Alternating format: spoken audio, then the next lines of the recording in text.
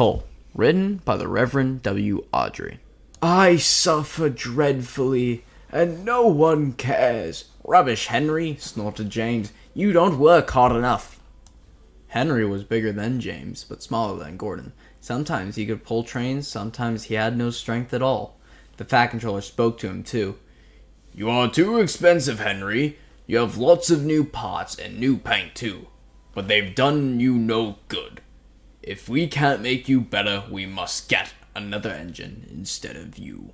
This made Henry, his driver, and his fireman very sad. The Fat Controller was waiting when Henry came to the platform. He had taken off his hat and coat and put on overalls. He climbed to the footplate and Henry started. Henry's a bad steamer, said the fireman.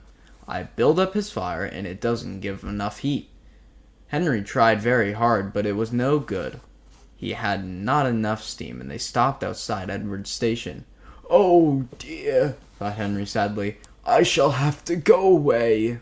Edward took charge of the train. Henry stopped behind. What do you think is wrong, fireman? Asked the Fat Controller. The fireman mopped his face. Excuse me, sir, he answered, but the coal is wrong. We've had a poor lot lately, and today it's worse. The other engines can manage. They have big fireboxes. Henry's is small and can't make the heat. With Welsh coal, he'd be a different engine. It's expensive, said the Fat Controller thoroughly. But Henry must have a fair chance. James shall go fetch some. When the Welsh coal came, Henry's driver and fireman were excited. Now we'll show them, Henry, old fellow.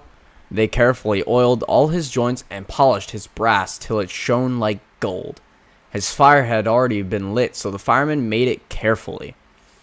He put large lumps of coal like a wall round the outside. Then he covered the glowing middle part with smaller lumps. You're spoiling my fire, complained Henry. Wait and see, said the fireman. We'll have a roaring fire just when we want it. He was right. When Henry reached the platform, the water was boiling nicely, and he had to let off steam to show how happy he was. He made such a noise that the Fat Controller came out to see him. How are you, Henry? Pip, peep, peep, whistled Henry. I feel fine. Have you a good fire, driver? Never better, sir, and plenty of steam.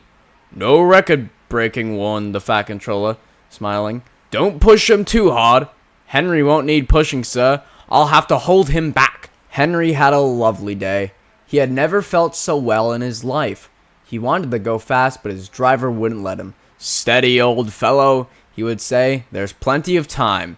They arrived early at the junction. Where have you been, lazy bones? Asked Henry, when Thomas puffed in. I can't wait for dawdling tank engines like you. Goodbye. Whoosh, said Thomas to Annie and Clarabelle as Henry disappeared. Have you ever seen anything like it? Both Annie and Clarabelle agreed that they never had.